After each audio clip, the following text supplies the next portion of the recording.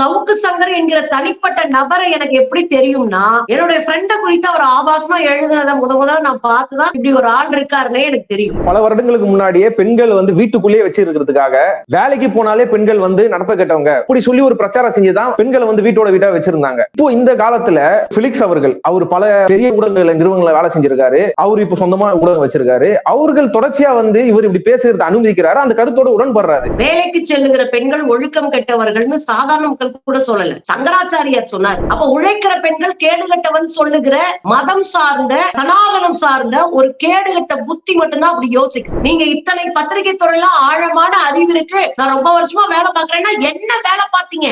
உட்கார்ந்துகிட்டு நீங்க என்ன சொல்றீங்க எடுத்து கொடுக்குறீங்க இல்ல, அவர் பொசிஷனை பார்த்து தான் போறாங்க. அப்ப இந்த கருத்தோட நீங்க உடன்படுறீங்க. இது கேடுகட்ட தரமால எஸ்பி சேகர் ஒரு ஷேர் பண்ணாரு தெரியுங்களா? நீங்க எதை வேணாலும் ஷேர் பண்ணிட்டு மன்னிப்பு கேட்டா நாங்க விட்டுறோம் நீதிமன்றம் கேட்டுச்சுல, இதுவும் ஒரு வகையான ஷேரிங் தானே. இன்னும் சொல்ல போனா பங்களிப்பு.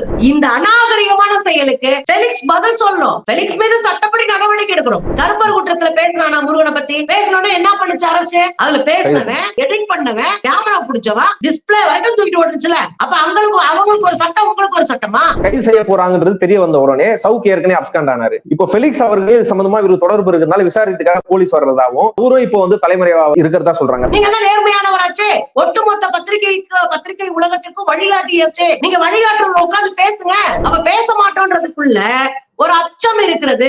ரொம்ப தெளிவா தெரியுதுங்க. மொத்த குட்டும் வெளியே வந்துரும். நம்ம ஒரு ஆள் உள்ள போயிட்டாரு, குறைஞ்சபட்சம் 15 நாளைக்கு நமக்கு ரிமாண்ட் ஆயிடுச்சுன்னா அசிங்கமாயிரும். இப்படி பல விஷயத்துக்காக தான் ஓடி ஒளிகிறாரு. பாஜக சார்ந்த திருப்பதி நாராயணன், வானதி சீனிவாசன் இவங்க எல்லாம் கைது நடவடிக்கையா போனோம். இந்த வீடியோல என்ன பேசிருக்கிறாங்கன்றது எல்லாரும் பார்க்க முடியும். அப்படி பார்க்க முடிஞ்ச கூட ஆனாலும் இது ஒரு கருத்துன்னு சொல்றாங்களே. வானதி சீனிவாசன் எல்லாம் கருத்து சுதந்திரத்தை பத்தி பேசலாமா? என்ன தகுதி இருக்கு அந்த அக்காவுக்கு? நான் கேட்கிறேன். உங்க கட்சி பெண்ணை தன் அதிகாரத்தை வச்சு பாலியெல்லாம் வீடியோ கால் பண்ண கேடி ராகவன் பூஜை அறைக்குள்ள உட்கார்ந்து அவர் தனியா ஒரு பூஜை நடத்திட்டு இருந்தாரு. அவரை கூட்டிட்டு உட்கார வச்சு நிர்மலாமா ராமர் கோயில் திறப்பு அன்னைக்கு தானம் கொடுக்குறாங்க. இதுதான் உங்க கட்சி லட்சணம். நீங்க ஏதோ சவுக்கு சங்கர் இந்த நாட்டினுடைய தலைவர் போலவும் இந்த நாட்டு மக்களுக்காக உழைச்சவர் போலவும் உங்களை போலதான் காசை எண்ணிக்கிட்டு உட்கார்ந்து இருக்க அந்த பீஸ் சும்மா இந்த அல்சாட்டின்னா இங்க பண்ணக்கூடாது. ட்ரைப்ஸ் பார்வையாளர்களுக்கு வணக்கம். திரு சவுக்கு சங்கர் அவர்கள் காவல்துறையில் பணிபுரியும் பெண்கள் குறித்து ஆதாரமற்ற குற்றச்சாட்டு அவதூறு பறக்கும் வகையில கருத்து பதிவு செஞ்சதுனால தமிழக காவல்துறை அவரை கைது செஞ்சிருக்கு. அதனோடு கைது செய்யும் போது அவர்கிட்ட 1/2 கிலோ கஞ்சா பொட்டலமும் பறிமுதல் செஞ்சுருக்காங்க. அதுக்கும் சேர்ந்து வழக்குகள் அதுக்காக போடப்பட்டிருக்கு. இந்த தருணத்துல அவர் சொன்ன ஸ்டேட்மெண்ட் தவறாக இருந்தாலுமே அது ஒரு கருத்து, அதை கருத்தாதான் எதிர்கொள்ளணும் அப்படின்னு சொல்லி சில பேர் அதுக்கு தமிழக அரசு எடுத்த நடவடிக்கை கண்டிக்கும் வகையமா பேசிட்டு இருக்கிறாங்க. இது குறித்து இன்னைக்கு பேசுறதுக்காக நமக்கிடையே தாமுக சார்ந்த தோழர் சுந்தரவலி அவர்கள் இணைந்துள்ளார்கள். வாருங்கள் அவர்களிடம் பேசுவோம். வணக்கம் தோழர். வணக்கம். சவுக்கு சங்கர் அவர்கள் காவல்துறையில பணிபுரிய பெண்கள் குறித்து பேசின விஷயங்கள் நீங்க கேள்விப்பட்டிருப்பீங்க.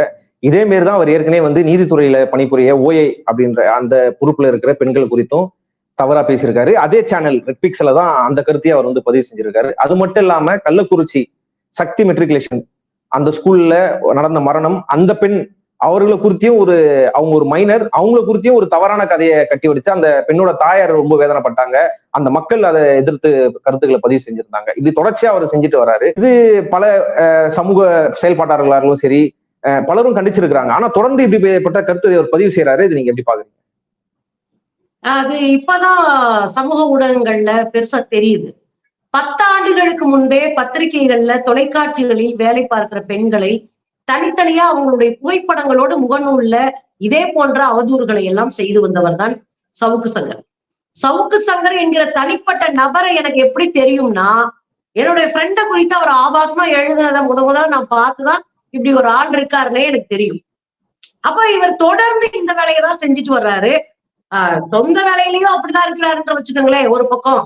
ஆனா வேலை பணியிட அரசு வேலையில பார்த்த போது ஒட்டு கேட்கறது, அரசியல்வாதிகளை போன ஒட்டு கேட்கறது, முக்கியமான டாக்குமெண்ட்ஸை திருடி பத்திரிகைக்காரங்கள்ட்ட விற்கிறது, இதெல்லாம் பார்த்ததுனாலதான் அவரை வேலையை விட்டு துரத்துனாங்க. அப்ப தான் பார்த்த வேலையிலும் அவர் நேர்மையாக இல்லை, பெண்களையும் நேர்மையாக பார்க்கிற ஒரு ஆளாகவும் அவர் இல்லை. தொடர்ந்து பணிபுரிகிற பெண்கள் குறித்து அவதூறுகளை பிரச்சனைகளை பரப்பிக்கிட்டே இருக்கிறார். இது உழைக்கும் பெண்களுக்கு எதிரான கருத்து. நான் ரொம்ப தெளிவா வைக்கிறேன். ஏன்னா முதல்ல நீதிமன்றத்தின் வேலை பார்க்கிற ஒரு சாதாரண பெண்களை குறித்து பேசுகிற போது என்ன சொன்னாருன்னா, ஒரு வார்த்தை அவர் பயன்படுத்தினார். நிறைய பேர் அதை கவனிக்காம கூட மேபி விட்டுருக்கலாம். விதவை பெண்களை, அழகான விதவை பெண்களை போஸ்டிங்ல உட்கார வச்சு இவங்க பயன்படுத்துறாங்க. இது எவ்வளவு பெரிய கேடு கட்டத்தனம். தமிழ்நாட்டுல மட்டும் இல்லைங்க, இந்தியா முழுவதும் விதவை பெண்கள், கைம்பெண்கள் தங்களுடைய குழந்தைகளை வளர்ப்பதற்காக, அவங்களை கல்வியில கொண்டு வரணுன்றதுக்காக, தன் குழந்தைகள் எதிர்காலத்திற்காக ஓடா தேஞ்சிட்டு இருக்கிறாங்க. வியாபாரம் பார்க்கிற பெண்கள், இட்லி விற்கிற பெண்கள், தெருக்கடை நடத்துற பெண்கள், செருப்பு விற்கிற பெண்கள், வெறும் காய்கறி வாங்கிட்டு போய் தலையில சுமந்து வீடு வீடா போய் விற்கிற பெண்கள், கீரை விற்கிற பெண்கள். அப்ப கைம்பெண்கள் தன்னுடைய குழந்தைக்காக ஓடா செய்யறாங்க. ஆனா என்ன மாதிரியான ப்ரொஜெக்ஷன் வருது? நீதிபதிகள்லாம் அவங்க பாலியெல்லாம் பயன்படுத்துறாங்க அப்படின்னு. இங்கேயும் அதேதான். நீங்க காவல்துறையில இருக்கிற போலீஸ்காரங்க, எஸ்ஐ, இன்ஸ்பெக்டர்ஸ் இவங்களை தானே கேள்வி பண்ணிடுவாரு. நீ ஒரு தனி மனிதனை டார்கெட் பண்ணி அவரை பேசணும் அப்படின்னு சொல்லிட்டு இந்த துறையில வேலை பார்க்கிற லட்சக்கணக்கான பெண்களை நீங்க கேவலப்படுத்துறீங்க. அதுவும் இந்த சாதாரண போலீஸா இருக்கிற பிள்ளைங்க யாரு? இன்ஸ்பெக்டரா, எஸ்ஐயா வர பிள்ளைங்க யாரு? முதல் தலைமுறை படிக்கிற பிள்ளை. ஒண்ணு, இது வரைக்கும் எந்த பெரிய பொருளாதாரமா தண்ணீரை அடையாத ஒரு சாதாரண விவசாய குடும்பத்துல, ஒரு சாதாரண தொழிலாளர் குடும்பத்துல இருந்து வந்த பிள்ளையா இருக்கும். அது தான் காலில் நின்று ஜெயிச்சு ஒரு வேலைக்கு போயிருக்கும். அப்ப ஒட்டுமொத்தமாக காவல்துறை நீ சொல்றதன் மூலமாக இந்த சமூகத்தில் இருக்கிற சாமானிய வீட்டு பிள்ளைகள் படிப்பதை, வேலைக்கு போறதை நீங்க கேவலப்படுத்துறீங்க. அதுவும் காவல்துறையில இருக்கிற குழந்தைங்க, சாமானிய வீட்டு குழந்தைங்க தான் அதிகம். பெரும் பணக்காரர்கள் எல்லாம் காவல்துறைக்கு போறது கிடையாது.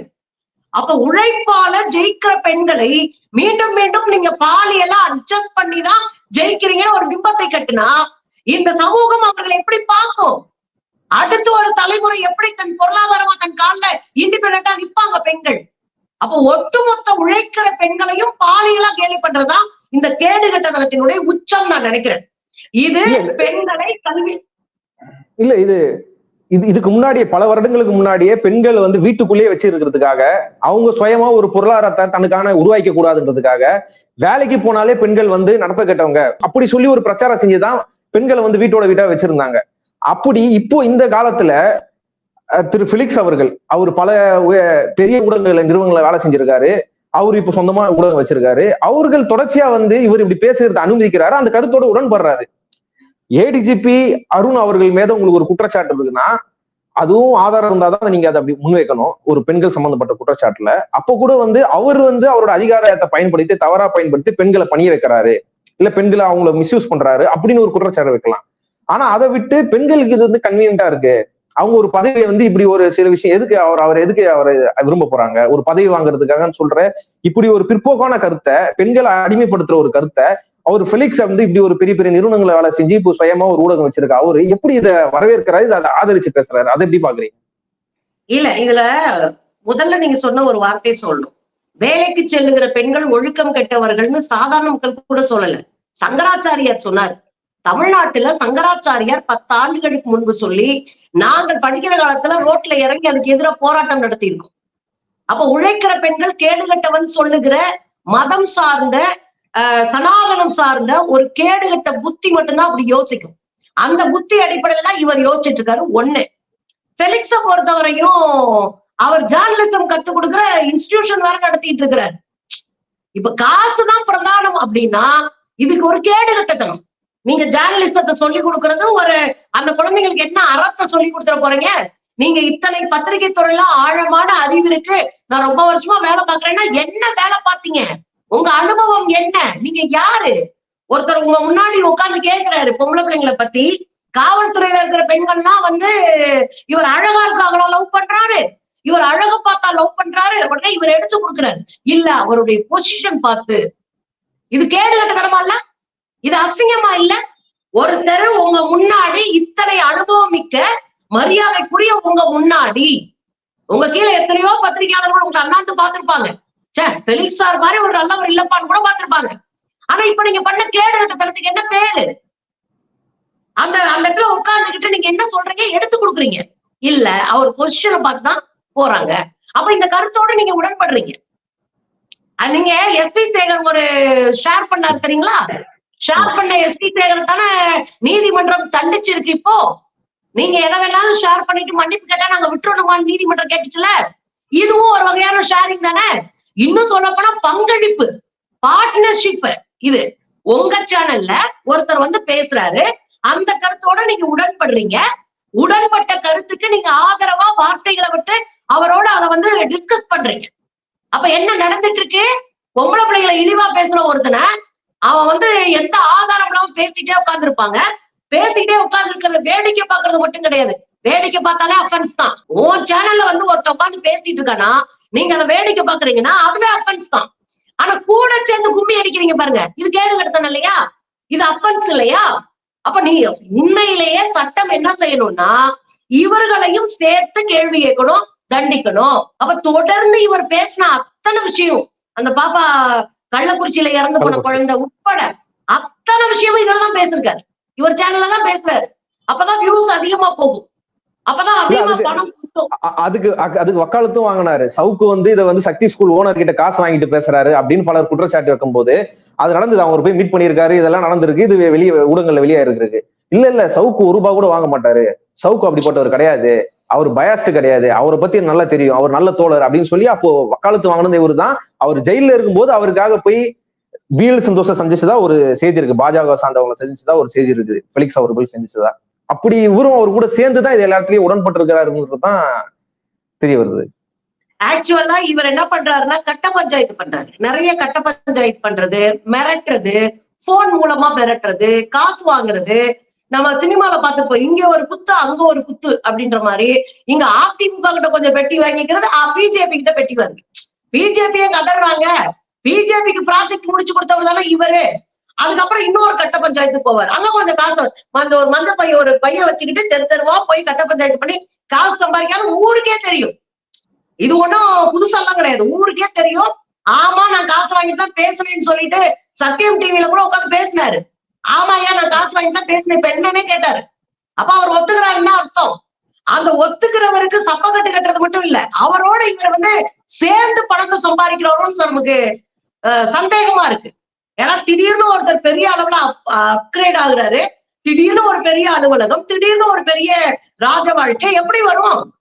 நானும் தான் கதறிக்கிட்டு கிடக்குறேன், நானும் தான் தெருவில் இருந்து போராடிக்கிட்டு இருக்கேன், வாடகை வீட்டுல தானே உட்காந்துருக்கேன். அப்ப இந்த பணப்புழக்கங்கள், இதுக்கு பின்னாடி இருக்கிற சந்திப்புகள், உங்க அரசியல் எது அப்படின்னு அடையாளப்படுத்துகிறதாவும் இருக்குல்ல. அப்ப காவிகளை சந்திக்கிறீங்க, அங்க காசை வாங்கிக்கிறீங்க, அங்க கட்ட பஞ்சாயத்து பண்றீங்க, அவங்களுக்கு சப்போர்ட் பண்ணிக்கிட்டு இங்க எக்ஸல் சீட்டை வச்சு நீங்க வந்து இங்க அரசியல் பேசிட்டு இருக்கீங்க. அதுதானே வெளிப்பட. காவிகளுக்கு ஆதரவா நீங்க பொய் சொல்லிட்டு கிடக்குறீங்க, ஒரு பக்கம் பெண்களை இழிவுபடுத்திட்டு இருக்கீங்க, கேட்கிறவங்களை இழிவுபடுத்துறீங்க. அப்ப எது உங்க ரோலு? இந்த கேடு கட்டத்தை செஞ்சுட்டு நான் ஒரு மூத்த பத்திரிகையாளர்னா அதுதான் பத்திரிகை தர்மமா? அதுதான் பத்திரிகை அறமா? அப்ப இதே கேள்விய நம்ம வீட்டு பெண்களை நோக்கி வச்சிருந்தாங்கன்னா என்ன பேசிருப்பீங்க சொல்லுங்க? அந்த இந்த அநாகரிகமான செயலுக்கு ஃபெலிக்ஸ் பதில் சொல்லணும். ஃபெலிக்ஸ் மீது சட்டப்படி நடவடிக்கை எடுக்கணும். ஏங்க கருப்பர் குற்றம் இருந்துச்சுல, கருப்பர் குற்றத்துல பேசினானா முருகனை பத்தி? பேசினோட என்ன பண்ணுச்சு அரசு?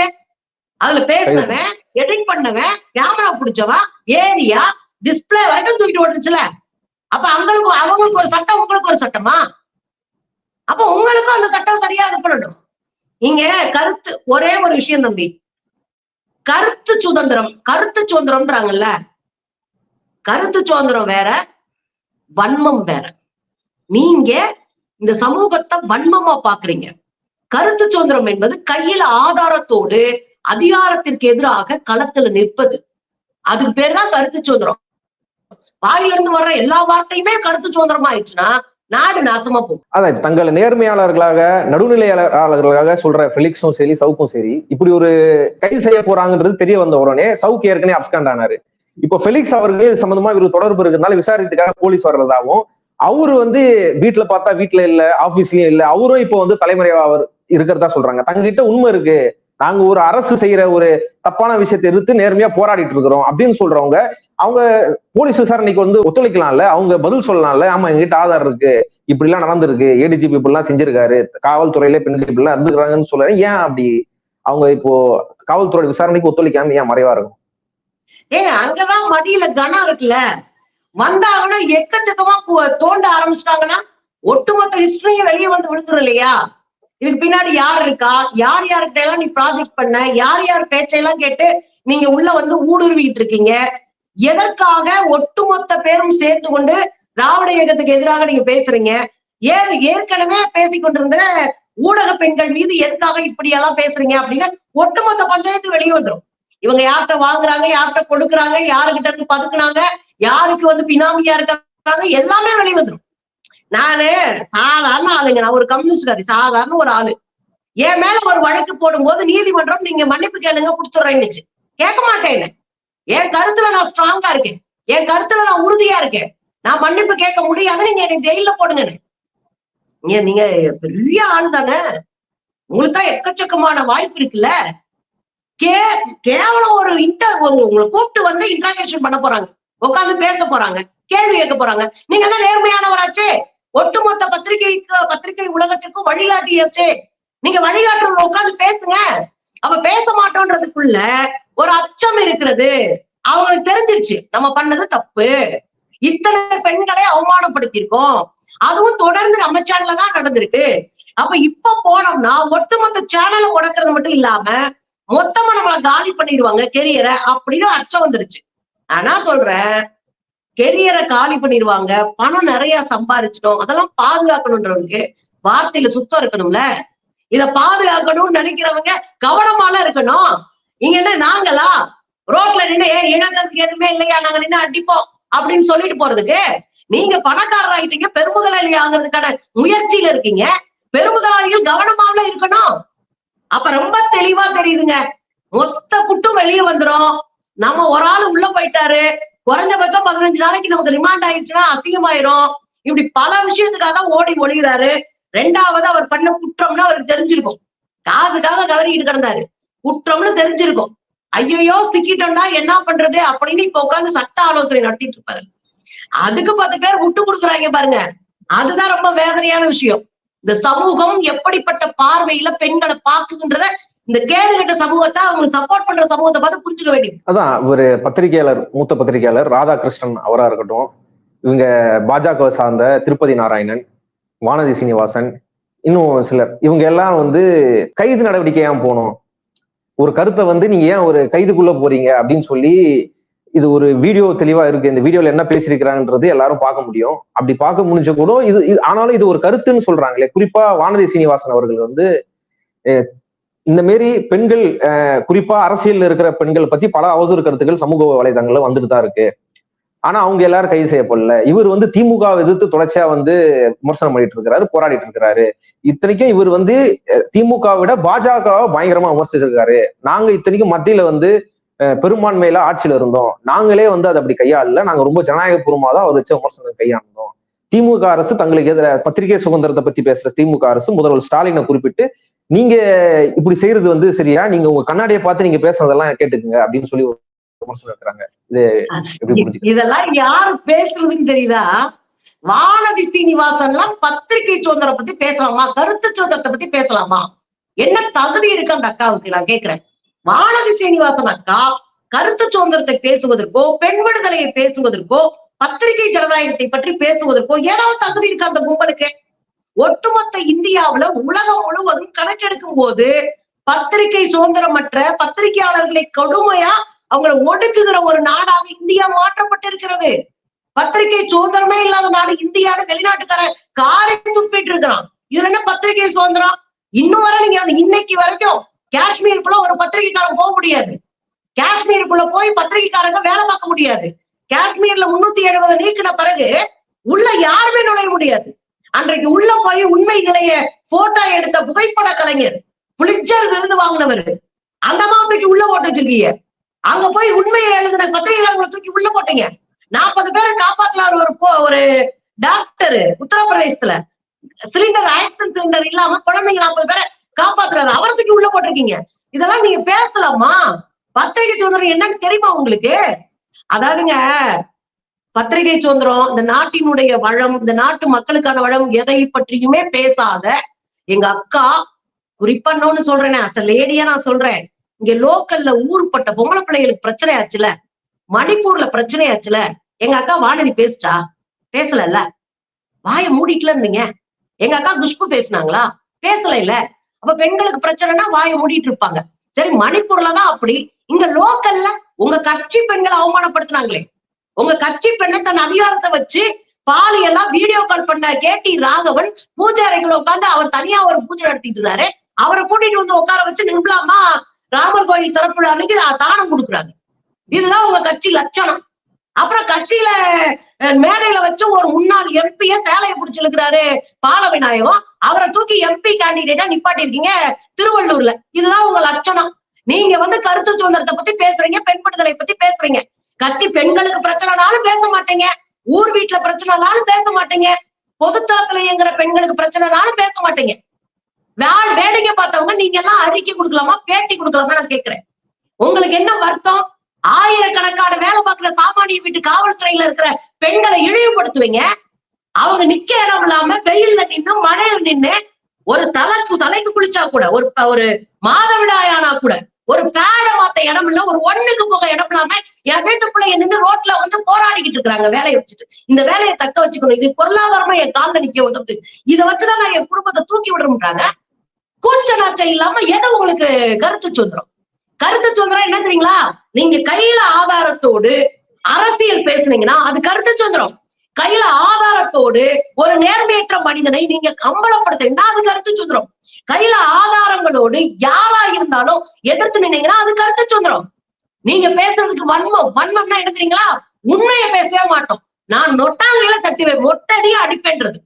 நீங்க ஏதோ வந்து சவுக்கு சங்கர் இந்த நாட்டினுடைய தலைவர் போலவும், இந்த நாட்டு மக்களுக்காக உழைச்சவர் போலவும், இந்த மக்களினுடைய கண்ணீரை தொடச்சவர் போலவும், களத்துல நின்று போராட்டவர் மாதிரியும் உங்களை போலதான் காசை எண்ணிக்கிட்டு உட்காந்துருக்க அந்த பீஸ். சும்மா வந்து இந்த அல்சாட்டின்னா இங்க பண்ணக்கூடாது. என் வீட்டு பிள்ளைகளை அவமானப்படுத்தினா நாங்க கேள்வி கேட்போம். நான் இன்னொன்னு கூட கேக்குறேங்க, பெண்களை வார்த்தையாலோ செய்கையாலோ உடல் ரீதியாகவோ துன்பப்படுத்தினால் தூக்கி உள்ள போடணும்னு சட்டம் சொல்லுது. அக்கா கிட்ட பேசலாமா? நீங்க வர்றீங்களா? சட்டத்தை பேசலாமா? சட்டப்படி இது அஃபென்ஸ். நீங்க போலீஸ்காரங்களை விட்டுருங்க, யார வேணாலும் பேசினாலும் சட்டப்படி அஃபென்ஸ் இது. பேசலாமா? அப்ப நீங்க சட்டத்தையும் மதிக்க மாட்டீங்க, பெண்களையும் மதிக்க மாட்டீங்க, கட்சிக்குள்ள பெண்களுக்கும் பாதுகாப்பு தர மாட்டீங்க. ஆனா பேட்டி மாத்திரம் நல்லா விளக்கமா கொடுப்பீங்க. இந்த விளக்கமா கொடுக்குற பேட்டி எல்லாம் உங்க சங்கி பயிர்களோட வச்சுக்கோங்க. ஒரே ஒரு கேசவ விநாயகத்து மேல 142 பெண்கள் பாலியல் புகார் கொடுத்தாங்களே, கேள்வி கேட்டீங்களா? யாரு நீங்க எல்லாம் உள்ள வந்துட்டு? கர்நாடகால 3000 வீடியோக்கள். ஆமா, அவங்க கூட இருக்காங்க. அந்த பையனை பார்த்தா ஏதோ ஜெர்மனுக்கு தப்பி ஓடிட்டாருன்னு பார்த்தா அவங்க தாத்தா வீட்லயே ஒழிஞ்சிட்டு இருந்தா இன்னைக்கு கைது பண்ணிட்டு இருக்காங்க. அப்ப என்னதான் உங்க ஆக்சுவலா இன்னொன்னு ஞாபகம் வச்சுக்கோங்க தம்பி, இந்த பையனுடைய 3000 வீடியோ ஆல்ரெடி ஒரு டிசம்பரினுடைய பாதியிலேயே மோடிக்கு அனுப்பப்பட்டுச்சு. அப்ப மோடி கையில கொடுத்தாச்சு, அமித்ஷா கையில கொடுத்தாச்சு.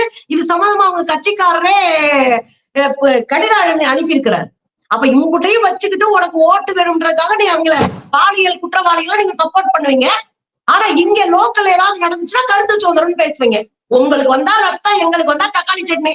இந்த கருத்து சுதந்திரம் பேசுற அக்கா போய் என்னுடைய வீடியோ கீழே வர்ற அத்தனை கமெண்ட்ஸையும் படிங்க, உங்க சொந்தக்காரங்க என்ன எழுதுறாங்கன்னு பாருங்க, அதுல முடிவெடுங்க, அப்புறம் பேசுங்க. சவுக்கு சங்கர் அவர் என்ன சொல்றாருன்னா, கை செய்து சிறைசாலைக்கு கடத்திட்டு போகும்போது பத்திரிகையாளர் நின்றுட்டு இருக்கிறாங்க, போலீஸ்காரங்க அவங்களை கூட்டு போகும்போது ஸ்டாலின் குடும்பம் கொள்ளடிக்கிறத நான் தடுக்கிறேன், நான் முட்டுக்கட்டையா இருக்கிறேன், அதனாலதான் என் மேல தொடர்ச்சியா போய் வழக்கு போடுறாங்கன்னு ஒண்ணு. ரெண்டாவது, விஜய் அவர்கள் அரசியலுக்கு வரேன்னு சொன்னாரு, அப்போ கூட இவங்க பயப்படல, அவர் மேல எந்த நடவடிக்கை இல்லை, ஏன்னா அவர் வந்து பெருசா எதிர்க்க மாட்டாருன்னு அவங்க நம்புறாங்க. நான் கட்சி தொடங்குவேன்னு சொன்னே அவங்க பயப்படுறாங்க, ஏன்னா நான் இவங்களை எதிர்த்து செம்மையா போராடுவேன் அப்படின்ற மாதிரி சொல்றாரு. உண்மையிலே சவுக்கு சங்கர் குறித்து அச்சத்துல எப்படி செய்யறாங்களா? நீ அது எப்படி இருக்காது? ஆனா ஒரு பத்திரிகையாளர்ங்கிற முறையில சிரிக்காம அந்த கேள்வியை கேட்டதுக்கு உங்களுக்கு பாராட்டுலே தெரிவிக்கணும்.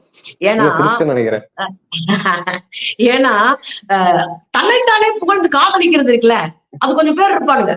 நம்ம அண்ணாமலை மாதிரி அவர் மூடியை திறந்தா பாட்டு போடுவாங்க, தந்தானா நானே நானேன்னு. இப்ப மூடியை திறந்தா பாட்டு, நடந்தா பாட்டு, உட்கார்ந்தா பாட்டு, இப்படி ஒரு குரூப் தெரியும். அதுக்கப்புறம் லூசு பையன் ஒரு குரூப். அந்த குரூப்போட ஹெட் இவர் தான். தன்னைத்தானே காதலிக்கிறது. நான்லாம் நடுங்க விட்டுருவேன் மாப்பிள்ள அப்படின்னு கைப்புள்ள மாதிரி அப்படி சும்மா கதறது. நான் என்ன சொல்றேன்னா, கொஞ்சம் அது கூச்ச நாச்சத்தோட பேசுங்க. விஜய்க்கு ஒரு பெரிய சினிமா பிம்பம் இருக்கு. மிகப்பெரிய அளவுல ரசிகர் கூட்டம் இருக்கு விஜய் அவர்களுக்கு. அவங்க தேர்தல்ல வருகிற போது அதெல்லாம் எதிர்த்து கேட்கலையா. தேர்தலுக்கு யார் வேணாலும் வரலாம், நீங்க கூட வரலாம் வெத்தலை பொட்டியை தூக்கிக்கிட்டு, உங்களையே எதிர்த்து பேச மாட்டோம். இது ஜனநாயக நாடு. யார் நினைத்தாலும் தேர்தல் களத்துக்கு வரலாம், அரசியல் கட்சி தொடங்கலாம். மக்கள் ஏத்துக்கிட்டா நீ இருக்க போற, இல்லன்னா அட்ரஸ் இல்லாம போற. அப்படித்தான் அரசியல்ன்றது. ஆனா என்ன தெரியுங்களா, நான் பெரிய ஆளு, நான் கட்சி ஆரம்பிப்பேன்னு சொன்னோன்னே அவ்வளவுதான் சிஎம்ஏ பயந்துட்டாரு, அது நான் போய் இங்க நிக்க போறேன்னு சொன்னோன்னே உதயநிதி கதறிட்டாரு. இதெல்லாம் உங்களுக்கே போவரா இல்லையா? உன்னெல்லாம் இந்த முக்க தாண்டுனா 3 பேரு கூட தெரியாது. முக்க தாண்டா 3 பேருக்கு தெரியாது. இது என்ன நினைச்சிச்சுங்க, ஆன்லைன்ல 10 பேர் பார்த்த உடனே நம்ம பெரிய ஆள்னு நினைச்சிட்டு இருக்கங்க. இல்லங்க, அது இல்ல அடையாளம். நீங்க ஆன்லைன்ல காசு சம்பாதிக்கலாம், அதை வச்சு யாருங்களை ஏமாத்தலாம். உங்க தராதரம் என்னன்னு மக்களுக்கு தெரியும். அரசியல் என்பது நீங்க ஆன்லைன்ல உட்காந்து செட்டப் பண்றது இல்ல, களத்துல போய் நிக்கிறது. ஆன்லைன்ல மட்டும் அரசியல ஜெயிக்கலாம்னா நீங்க என்னங்க பிஸ்கோத்து? ஊர்ல அடிச்சாடுற எங்க அண்ணன் சீமானு இன்னைக்கு அமைச்சரா இருந்திருப்பாருங்க, எங்க அண்ணன் முதலமைச்சரா இருந்திருப்பாருங்க. அவரெல்லாம் பேசுனா சும்மா தெரிக்க விடுவாரு. அவரவே ஓரமா உட்கார வச்சுட்டாங்க கூப்பிடல எங்க ஊராளுங்க. நீ வேற இடையில இங்கிட்டு ஓடிட்டு அடி வாங்கி தெரியாம ஓரமா போப்பே அப்படின்னு எங்க ஆளுங்க சொல்லுவாங்க. நான் ரொம்ப தெளிவா இருக்கேன். இதெல்லாம் ஒரு காமெடித்தனம். இவரெல்லாம் பார்த்து பயப்படுற அளவுக்கு தமிழ்நாடு இருக்குன்னா பாவம். நான் அவரை பார்த்து கவலைப்படுறேன், வருத்தப்படுறேன், வேதனைப்படுறேன். அவர் இப்படி ஒரு நிலைமைக்கு தள்ளப்பட்டுட்டாரே அப்படின்னு நான் ரொம்ப மனசே ஒடிஞ்சு போயிருக்கேன். அதனால பாவம் அவரை மன்னிச்சு விட்டுருவோம். அவர் வாட்டு கற்பனை பண்ணிட்டு பையத்துக்கு தெரிஞ்சுட்டு இருக்கட்டும். ஆனா யதார்த்தம் அது இல்ல. இது தமிழ்நாடு. அறிஞர்களும் அறிவாளிகளும் களத்துல நின்னு அடிச்சு ஆடின ஊரு. இந்த ஊர்ல ஜீவானந்தமும், இந்த ஊர்ல ரெட்டமலை சீனிவாசனரும், அயோத்திதாச பண்டிதரும், இங்கே பெரியாரும், இந்த ஒரு பக்கம் அம்பேத்கரினுடைய கருத்துக்களும், இங்க கம்யூனிஸ்டுகளும் களமாடிய இடம். லட்சம் பேர் கட்சி தொடங்கலாம், ஆனா நிக்கிறவன் யாருன்றதுலதான் முடிவு இருக்கு. நிறைய பேர் கட்சி தொடங்கிட்டாங்க, 10% வரை வாக்கு கூட வாங்கிட்டாங்க, ஆள காணாம. இதான் தமிழ்நாடு. என்னோட இறுதி கேள்வியா, இன்னைக்கு சவுக்கு சங்கர் மீது இன்னைக்கு பல தடவை எக்ஸ்போஸ் பண்ணியிருக்கிறாங்க பல பேர். நம்ம சேனல்லேயே நிறைய வீடியோக்கள் போட்டுருக்கிறோம் அவர் எக்ஸ்போஸ் பண்ணி. ஆனா இன்னமும் அவருக்கு ஒரு குறிப்பிட்ட அளவுல ஃபாலோவர்ஸ் இருக்கிறாங்க, அவங்க வீடியோவை பார்க்க செய்யறாங்க, இதெல்லாம் இருக்குது. சோசியல் மீடியா இந்த மாதிரி சமூக டிஜிட்டல் ஊடகங்கள் வந்த பிறகு மக்களோட பல பிரச்சனைகள் பேசுறதுக்கு ஒரு வாய்ப்பா இருக்கு. ஒரு பெரிய கார்பரேட் நிறுவனம் செய்ய முடியாத விஷயங்களை சோசியல் மீடியால இந்தியா முழுக்க, இங்க தமிழ்நாட்டில் முறை இந்தியா முழுக்க பல பேர் செஞ்சுட்டு வராங்க. அப்படி இருக்கும்போது இதை பயன்படுத்திக்கிட்டு ஒரு ஃபேக்சுவலா எதுவுமே இல்லாம, ஒரு ஆதாரம் இல்லாம இப்படி உழைக்கும் மக்கள் மீதோ ஒடுக்கப்பட்ட மக்கள் மீதோ பாதிப்புக்கு யார் உள்ளாராங்களோ அவங்களே டீஃப்ரேம் பண்றது, அவங்களே கொச்சைப்படுத்துறது, திரும்பி போராடக்கூடிய ஒரு சக்தியை அவங்களுக்கு கொடுக்காம, இதுக்கு மேல போனா அசிங்கமாயிரும் போல, நம்ம ஒதுங்கிடுவோம், நம்மளுக்கு அநீதியே இழக்கப்பட்டாலும் நம்மளால பேச முடியாதுன்னு ஒரு நிலைமைக்கு தள்ளக்கூடிய அளவுக்கு இவங்க ஒரு கருத்தை இப்படி திணிக்கிறது, ஒரு அவதூறை இப்படி பரப்புறதுன்றது. இந்த ஒரு வாய்ப்பை பயன்படுத்தி தமிழக அரசு இதை எப்படி கட்டுப்படுத்தணும்னு நினைக்கிறீங்க? அதே மாதிரி மக்கள், இவங்களை பாக்குற மக்கள், இவங்களை ஃபாலோ செய்யற மக்கள் இதை எப்படி புரிஞ்சுக்கணும் அப்படின்றத நீங்க கருத்தை பதிவு செய்யணும். நீங்க ஆக்சுவலா இந்த சமூக வலைத்தளம் ஒரு ஆகச்சிறந்த ஊடகங்கள், யூடியூப் வரைக்கும் எல்லா தளங்களும் பொதுவா கருத்துக்களை சொல்லுவதற்கான ஒரு ஆகச்சிறந்த தளம். இந்த தளங்கள் தான் இன்றைக்கு ஒரு கருத்தை பொது சமூகத்துல உருவாக்கக்கூடிய ஒரு மகத்தான சயின்டிபிக் கண்டுபிடிப்பு. இதுல மாற்று கருத்தே கிடையாது. இது நம்ம கையில இருக்கிறதுனாலதான் குறைஞ்சபட்சம் அதிகாரம் நமக்கு பயப்படுது. இல்லைன்னா பாருன்ட்டு போயிருக்கோம். ஏன்னா எல்லா ஊடகங்களையும் மெயின் ஸ்ட்ரீம் மீடியா அத்தனையும் முதலாளிகளினுடைய ஊடகங்கள், அதெல்லாம் காசை கொடுத்து வளைச்சிட்டாங்க. நம்மளத்தான் அவங்களால வளைக்க முடியல, நம்ம நின்று அடிச்சிட்டு இருக்கிறோம். அதுல நம்ம தெளிவா இருக்கும். சோ ஊடகங்கள்ல பிரச்சனை இல்லை. இத வச்சு இவர்களை போன்ற புரோக்கர் வேலை பார்க்கிற குரூப்பே சம்பாதிக்கிறதுக்காக இதை திசை திருப்புறதா நம்ம கண்டிக்க வேண்டி இருக்கு. மக்கள் எப்படி அப்படின்னா, உண்மை போல பேசுறது இருக்குல்ல, சில பேர் பேசுறது உண்மை போல இருக்கும், ஆனா உண்மையா இருக்காது. நாம பேசுறது உண்மையா இருக்கும், சில பேர் கோபத்தை கூட தரலாம். இது புரிதல் அடிப்படையில வர விஷயம். அதுல ஒரு ஆள் தான் சவுக்கு சங்கர். சவுக்கு சங்கருடைய உடல் மொழியை பாத்தீங்கன்னா தெரியும். அப்படின்னு வருவாரு, அப்புறம் அப்படின்னு அப்புறம் கண்ணாடி கழட்டுவாரு, அப்புறம் கொஞ்சம் ஹை பீச்ல பேசுவாரு, அப்புறம் டப்புன்னு லோவா வருவாரு, அப்புறம் கக்கன்னு அவரா சிரிப்பாரு. இந்த உடல் மொழி அதிகாரத்திற்கான உடல் மொழி, இது சாமானிய மக்களுக்கானது இல்லை. ஒண்ணு. ரெண்டாவது, அந்த உடல் மொழி கேட்கிறவன் எப்படி இருக்கும்னா, ஒரு பயங்கரமான ஒரு ஆளு புலி மாதிரி துப்பறிஞ்சு மொத்தத்தையும் புளிஞ்சு மொத்தமா கொடுத்துடுறாரு அப்படின்னு நம்புவாங்க. ஏன்னா அவர் அது மாதிரி பேசுவாரு. என்னன்னா, நான் போனேன், அங்க போய் பார்த்தா அந்த ஆதாரம் எல்லாம் கிடைச்சிச்சு, அங்க ஒரு 4 பேர் நின்று இருந்தாங்க, அவன் வேற ஒண்ணும் எந்த பேரை வேணாலும் 4 பேர் சொல்லலாம். சொல்லிட்டு அது அங்க நடந்துச்சு, இது இப்படி. இந்த உண்மை போல சொல்றது மட்டும் இல்லாம ஆதாரம்ன்ற பேர்ல பொய்யா சில தகவல்கள் அள்ளி விட்டு போறதுல. ஜி ஸ்கொயர்ல மாட்டினாருல இவரு, அள்ளி விட்டுட்டு போய் தானே மாட்டினாரு. இப்ப நான் என்ன கேட்கிறேன்னா, பொய்யா பேசுறது, அத உண்மை போல பேசுவதுதான் மக்கள் ஏமாறுற இடமா நான் பாக்குறேன். அப்ப மக்கள் என்ன நினைக்கிறாங்க, அதனால உன் பேசுறது உண்மையா இருக்குமோ. அப்ப இன்னொன்னு 4 பேர் சேரும் போது, அந்தாலும் நல்லா பேசுறான்யா, அந்தாலும் உண்மையை பேசியிருப்பேன் அவனையா, அந்தால பார்த்தா இப்படி இப்படி பேசுறாங்க இல்லையா. இந்த மக்கள்கிட்ட நம்ம சொல்ல வேண்டிய ஒரே விஷயம் என்னன்னா, ரொம்ப சிறப்பா பேசினா பாராட்டு, ஆனா அதுல உண்மை இருக்கான்னு ஆராய். அதுதானே மூளை இருக்கு. தனித்தனியா ஏன் ஒரு மனுஷனுக்கு ஒரு மூளை வச்சான், ஊருக்கு 2 மூளையை வச்சு விட்டு போயிருக்கலாம்ல. ஏன்னா நீ ஆராயணும், சரி தப்ப கண்டுபிடிக்கணும், அரசியல்ல பொய்யானவங்களை அடையாளப்படுத்தணும், அவங்கள அப்புறப்படுத்தணும். இத மக்கள்கிட்ட பேசணும். ஆனா மக்கள் எளிமையானவர்கள்ன்றனால மிகப்பெரிய அளவுல அவங்களுக்கு பொய்ய ஈஸியா ஃபீட் பண்றதுனால, உண்மையை போலயே கொடுக்கறதுனால மக்கள் ஏமாறுறாங்க. ஆனா ஒண்ணு ஞாபகம் வைங்க, ரொம்ப நாளைக்கு ஏமாத்த முடியாது ஒருத்தனால. எவ்வளவு பெரிய இதா இருந்தாலும், நம்ம அண்ணன் இன்னைக்கு அசிங்கப்பட்டு நிக்கிறாருல சீமா, அது மாதிரிதான் ஆகி போயிடும். ரொம்ப நாளைக்கு எல்லாம் ஏமாத்த முடியாது. அடிச்சு அடிச்சு பொய் சொன்னா ஒரு இடத்துல அம்புட்டு பொய்யா இருக்கு மாப்பிள்ள, நம்ம தான் ஏமாந்துருக்கோம் அப்படின்ற நிலைமைக்கு மக்கள் வந்துருவாங்க. இப்பவே கேள்விகளை நம்ம தெளிவா வைக்கணும். மக்கள் மன்றத்துல பேசும்போது இந்த ஆளுடைய பேச்சு என்ன மாதிரியான எதிர்வினையை உருவாக்கும், பெண்களுக்கு என்ன மாதிரி சிக்கலை உருவாக்கும், சாமானிய வீட்டு பிள்ளைகளை எப்படி அசிங்கப்படுத்தும் அப்படின்றத தெளிவா வைக்கணும். நான் அதுக்கு அதை செஞ்சேன். முதல் நாளே நான் ஒரு வீடியோ போடும்போது ரொம்ப தெளிவா இது யாரெல்லாம் பாதிக்கும், பொம்பளை பிள்ளை தெருவுல நிக்க போகுதுன்ற வரைக்கும் பேசிருக்கோம். சோ நம்ம மொழியில அதை கொண்டு போய் சேர்க்கிற தொடர் முயற்சி நம்மளும் மேற்கொள்ளணும். ஏன்னா அவங்க ஈஸியா போய் சேர்றான், அவன் ஒரு பொய்ய சொல்றான்னா பொய்ய 1000 அடி பாயும், உண்மை கவனமா தான் போகும். ஆனா கவனமா கொண்டு போய் சேர்த்துட்டோம்னா பொய் காரணமா போயிடும். அந்த வேலையை நம்ம செய்யணும் தொடர்ல. தொடர்ந்து இதன் மீதான ஒரு விவாதத்தை தூண்டிக்கிட்டே இருக்கணும். இவருக்கு சப்போர்ட் பண்ற ஆட்களுடைய உண்மை முகத்தையும் உடைச்சு கிழிச்சு காமிக்கணும். இதெல்லாம் பண்ணிக்கிட்டே இருக்கும்போது மக்கள் புரிஞ்சுப்பாங்க. அப்படி ஒன்னும் அப்படியே எதை சொன்னாலும் கேட்டுட்டு போற மக்கள்ல ஒரு கட்டத்துல யோசிக்க ஆரம்பிப்பாங்க. அந்த கட்டத்துக்கு நம்ம அவங்களை நகர்த்தணும். அதுதான் நம்ம அரசு இந்த விஷயத்துல என்ன மாதிரி நடவடிக்கை எடுக்குது, மக்கள் எப்படி இதை புரிஞ்சுக்கிறாங்கன்றத பொறுத்து பார்ப்போம். இவ்வளவு நேரம் ஒதுக்கி எங்களுக்கு பேட்டி கொடுத்ததுக்கு நன்றி. மகிழ்ச்சி.